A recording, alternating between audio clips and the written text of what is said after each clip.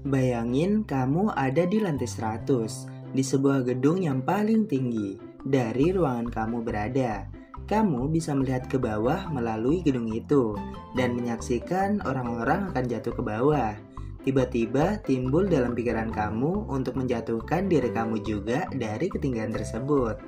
Nah, itulah yang disebut dengan Call of the Void.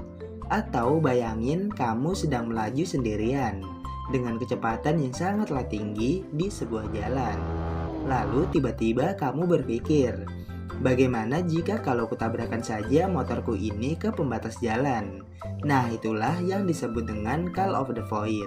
Contoh lainnya, kamu sedang mengiris sayuran di dapur dan tiba-tiba kamu berpikir, apa jadinya kalau kuiris jariku saja? Sekali lagi, itulah yang disebut dengan Call of the Void. Call of the Void adalah pikiran yang muncul tiba-tiba, yang mendorong seseorang untuk melukai atau mencelakai diri sendiri maupun orang lain. Tapi dorongan itu tidak begitu kuat, mungkin lebih dapat disebut dengan bayangan saja, sehingga orang yang mengalami Call of the Void itu tidak sampai melakukan tindakan nekat, seperti yang ia pikirkan sebelumnya. Ketika seseorang mengalami Call of the Void, orang itu mungkin akan membayangkan terjun dari sebuah ketinggian, atau menabrakan motor yang sedang dikendarainya, dan lain-lain sebagainya. Tapi mereka tidak sampai melakukan hal tersebut, jadi mereka hanya sebatas membayangkannya saja.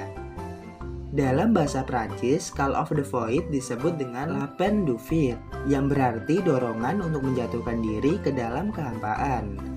Meski mungkin terdengar menakutkan, Call of the Void termasuk fenomena yang dialami banyak sekali orang, seperti déjà vu. Intinya, Call of the Void adalah bayangan mengenai keinginan mencelakai diri sendiri.